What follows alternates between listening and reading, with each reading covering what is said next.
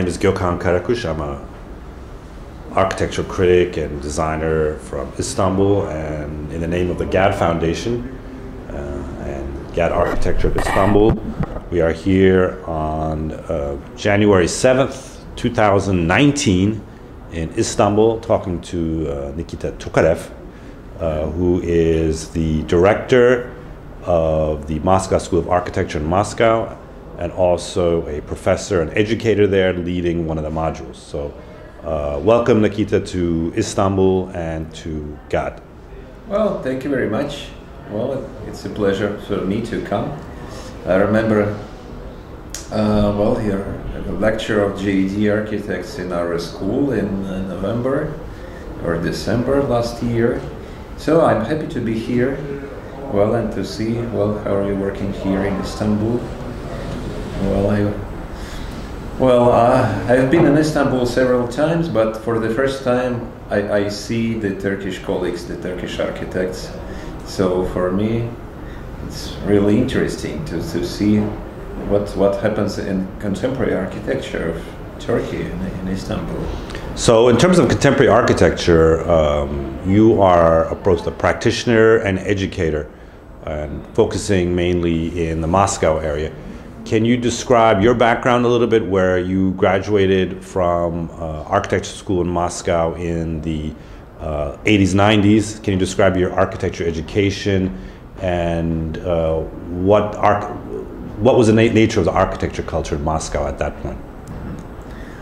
Well, no, if I'm talking about me personally. Yes, you personally. Yeah, I was graduated in '94. Moscow Architectural Institute, which is the main architecture school of both Moscow and can we say also of Russia?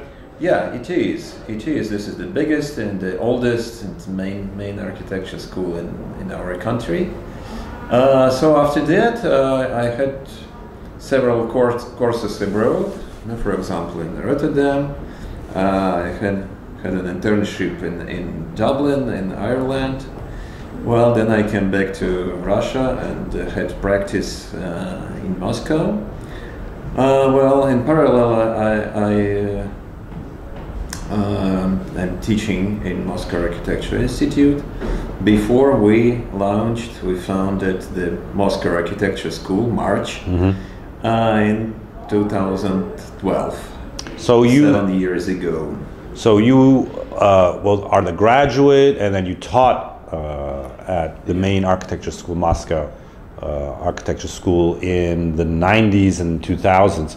Can you describe a little bit what this architecture school, what kind of architecture it was promoting, and what was the nature of the education that you went through, and then you later became an educator?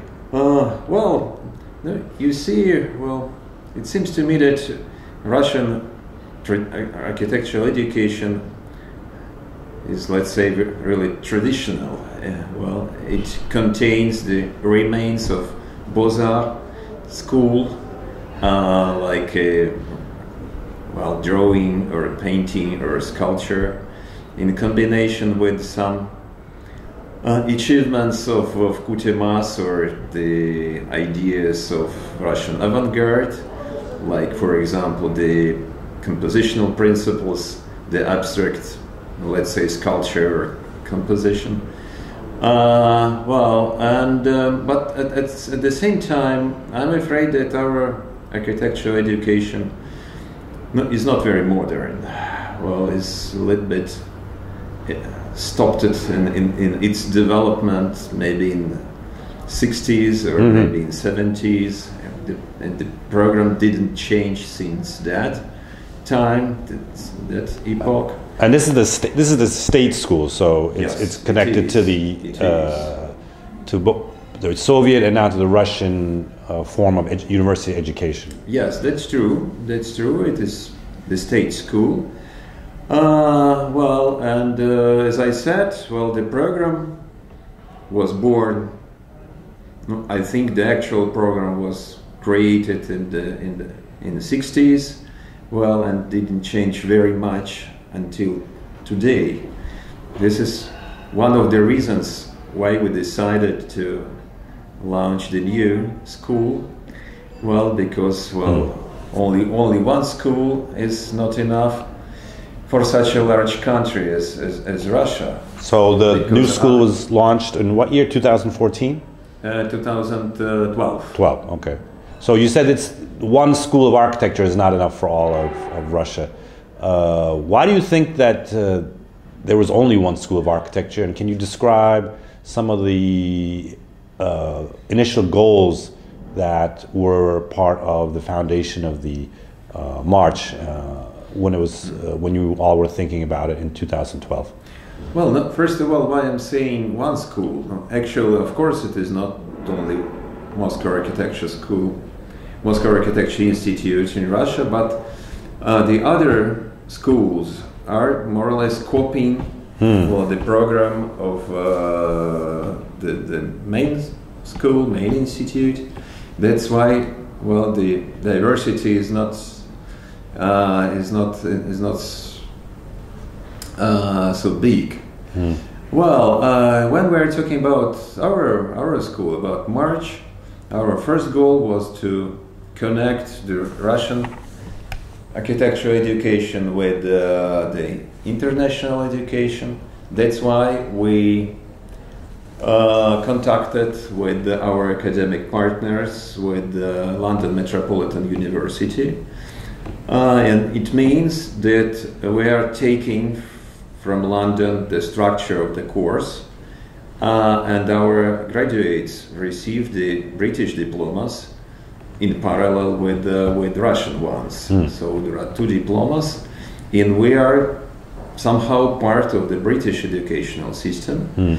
At the same time, we decided not to copy exactly the British course, and we created our own course based on their structure of the modules, of the learning outcomes, but with the Russian context, with Russian content.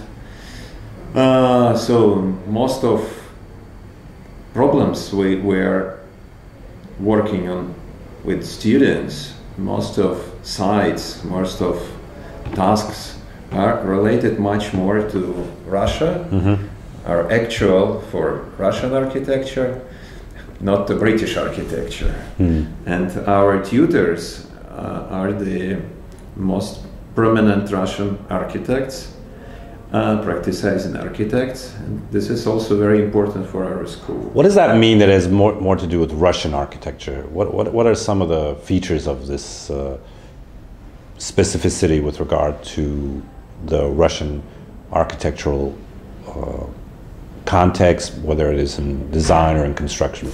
What is something specific that you can talk about? Well, it is not easy to explain in a short words.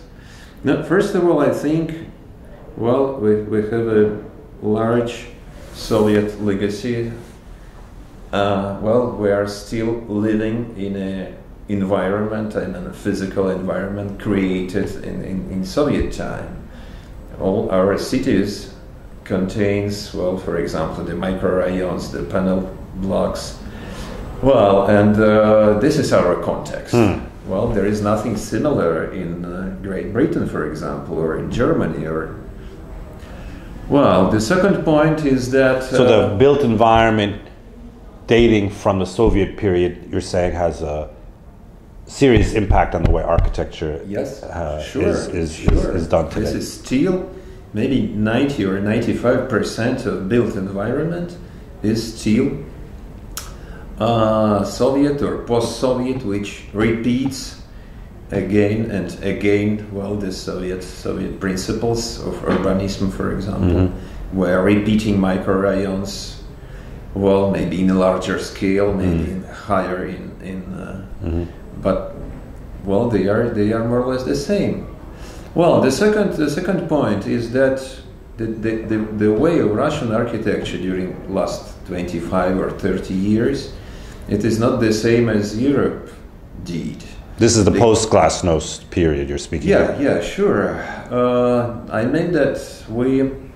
1989 till today. Yeah, we repeated somehow all the steps that European or world architecture had, well, when Russia was behind the Iron Curtain. Yeah, so our legal cultural context is not similar to Europe. So it means we are proposing to students to work with those issues, not to take briefs from abroad. Well, and at the same time we want to be international, so it means that we are structuring our education according to the international principles. Well, what is important for us? Well, I think first of all that architecture is a part of culture, and we are focusing very much on the humanities. Well, we are writing a lot, we are reading a lot. Well, to bring more sociology, more politics, if you want, more economics to architecture. Well, then we want to keep somehow the handwork, the artistic work in architecture, because, well, in the age of computerization, of total digitalization, architecture, I think, must keep the link with our senses, with our body, with our landscape, and not only with the screen in front of us. So, in terms of the architectural education at the school was 2012. It was founded. You're saying that it has interest in broadening the architectural discussion by focusing on a little bit on the social context, on the Russian context, and also on the intellectual context. Can you just describe practically the programs that exist now in the school, and how many students you have and how many faculty members you have? Well, at the moment we have the full cycle of architectural education. It means the undergraduate and the postgraduate school, 3 years of undergraduate course and 2 years of master course, 5 years in total, which is the minimum required by the International Union of Architects and World Trade Organization for the education of architects. Well, and now you see, well, the structure of our program is very simple. Yes, in the center, in the core, this is the studio, the project, usually divided between research or analysis and the project as such, which is the answer to the questions which we are formulating during the research. Well, on one side there is a humanities cycle, theory and history of architecture, critical and cultural studies, architectural practice. Well, from the other side, the technical side, it's a technical cycle with structures, materials, technologies. Well, this is the main structure of 4 main modules, which are integrating different disciplines inside them. How many students are now enrolled in both the? In total, now there are more than 200 students. Both the undergraduate and graduate. Yes, we are enrolling each year 40 undergraduate applicants and 25 postgraduate. So, and we had already 5 graduations, 5 generation of masters, because we started with master course, and we added the undergraduate only in 2015, 4 years ago. Last year we had the first graduation of our bachelors. And the students, where are they coming from primarily? Mostly from Russia, and we are happy that students are coming to March from all over Russia, not only from Moscow. I would say that on our master course, more than half of students are coming from different regions of Russia, from Vladivostok to Kaliningrad or Vologda, well, from far east to the western part of Russia. Some of them are coming from former Soviet countries, Soviet republics, from Georgia or Armenia or Moldova or Kazakhstan, but not many. Well, our main language is Russian, so there is a language barrier, for example, between us and Europe. But there are some people coming from Europe as well, especially Russian students who started their studies somewhere in Europe and then decided to go back for master course, for example, after bachelor.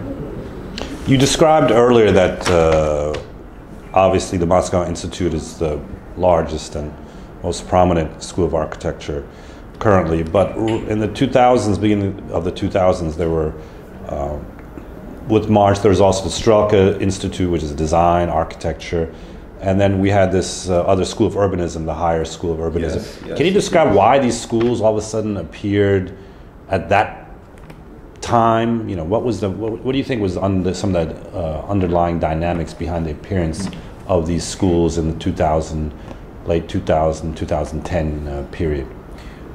I'm sure that there is a kind of public requirement, well, for new architectural education. Well, this is the main reason why many new schools appeared. Well, a higher school of urbanism, well, they are working with town planning. Well, it is not exactly architecture. Well, they are more focused on research and analysis and town planning in larger scale. And Strelka, they do a lot of workshops, or this is not about architectural education. It's much more about, how to say, media, or how to connect architectural design with other social issues or other social spheres. Now they have a short course, 5 or 6 months each year. Well, this is maybe like postgraduate or something like a PhD course for not only for architects. Well, many people are coming to Strelka without architectural education.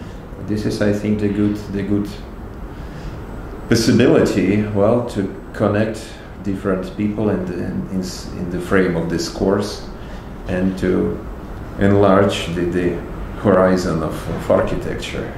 What do you, now that these schools are starting to produce their graduates who are now going out to practice, what do you hope will be the effect on architecture and architecture culture in Russia as a result of the architectural education you're giving these students? What do you hope that they would bring to the architectural dialogue and to actual built in terms of actual built work?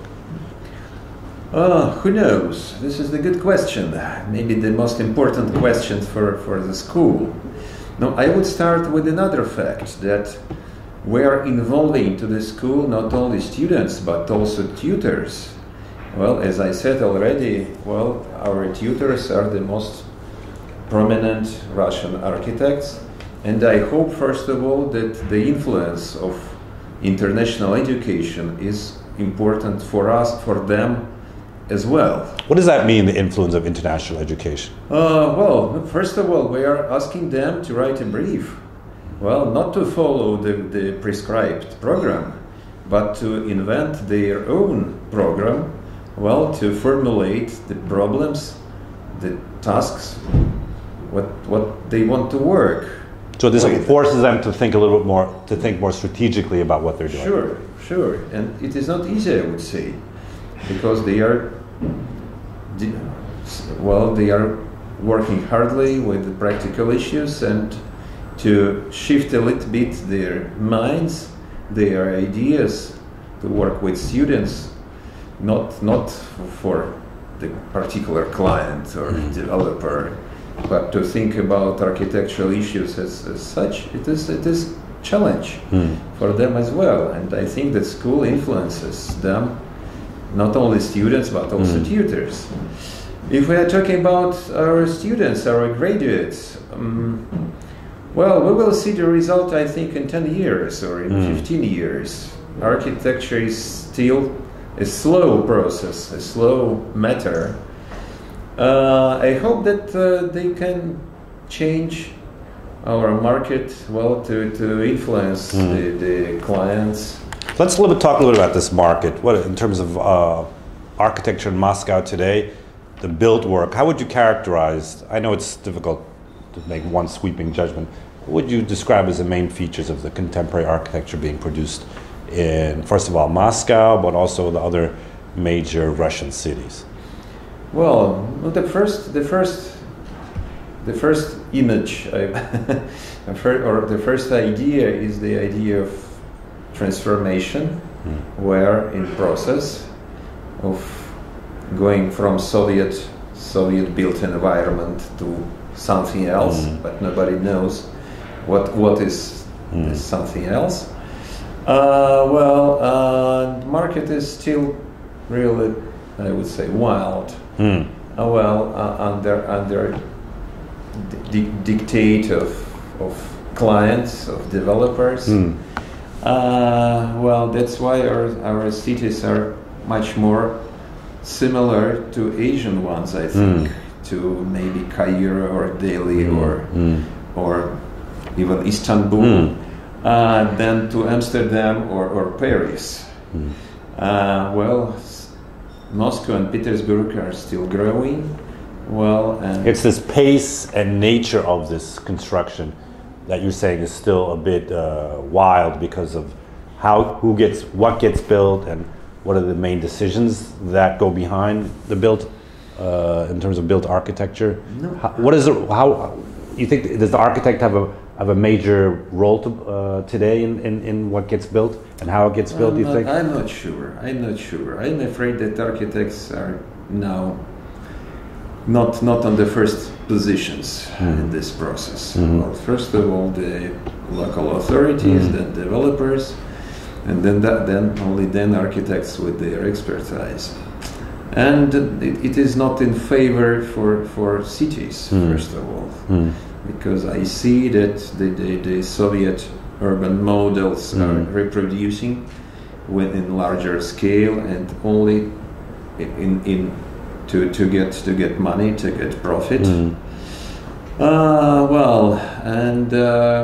afraid that it will have a long impact to our cities during maybe 20, 30 or even 50 years after us. And it's a pity. It's a pity. Going back to my first point, my first idea that architecture is a part of culture, first of all, and not of real estate market and not of technical sphere. And this is the lack of this understanding. I think that this is the reason why our cities looking like that. So as a sort of future-looking perspective, you're an educator and an architect. What do you see as the possibility? You say that it's vague what will be the next architecture in Moscow and Russia, major cities of Russia. What do you feel would be the main? What would you like to see? What would you think needs to happen for this architecture to from this vagueness to clear up and the next phase started? Well, who knows? Like, for example, technology. What do you feel is the role of technology, such as robotics and computer-assisted design? Well, I'm not sure that our future is really there.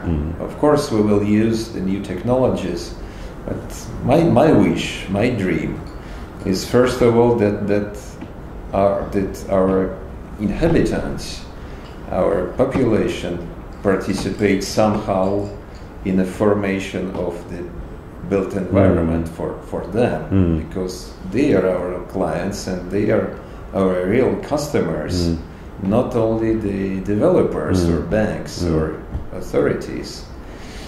Well, this is the main issue. And the second point is to preserve and to keep our heritage, which is now in a process of deterioration. We see that many buildings, we're losing many buildings or monuments every year. Well, and how to stop this process and to preserve what we still have. This is, I think, another issue to work with. And the robots and 3D printers, this is the instrument. They have no idea how to build. Well, we should have the idea how to use them. Right, critical ability. Right, okay. And as a sort of last question, we didn't mention him, but the founder of this march is Eugene Hassel, who's a major intellectual figure in the architecture culture of Moscow the last 20, 30 years. And he's also an artist and a sort of intellectual figure.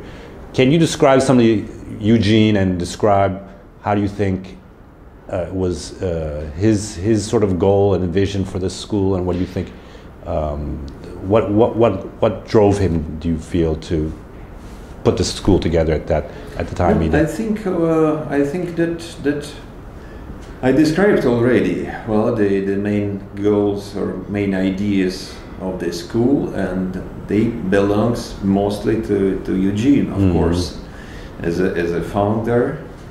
I ask because not that many people know many Russian architects outside of Russia. So a figure like him, what does he represent in terms of Russian architecture? No, I think the idea of architecture as an art, as a part of culture, this is one of his key points. Because, as you said, well, he's an artist as well. Doing graphics or paintings, and another key point is architecture and humanities. This connection because Eugene is active also in this sphere, working together with museums, doing, for example, the design of exhibitions, writing articles, or working with theaters. Well, we in our school we did some shows with the Theater of Nations in Moscow. It means that those 2 points are, of course, the impact, of Eugene to school, and we are happy that we are working with him every day, and he's teaching actively. He's working with diploma students on our master course, and I am sure that our graduates will have this, those seeds which he puts in their minds. Will give the good results. Okay, so Nikita, thank you for your time. If you want to, do you have anything else you want to add with regard to either what you're doing at March, Moscow architecture, or your view of architecture globally? Anything you want to add to the end? Well, very shortly. I'm sure that, as I said already, Moscow is for many reasons and many features, is similar to Asian megapolises, and Istanbul is one of them. And what would be interesting for me personally, I don't know how to organize it. Something that the foundation has, the GOD Foundation has as a goal, and we would be interested, and hopefully continue this discussion at another time. Well, thank you very much. Thank you. So That was our discussion here on the GAD offices in Istanbul on January 7th with Nikita Tokarev of Moscow School of Architecture, Moscow Architecture School. Thank you very much, Nikita. Well, thank you. thanks.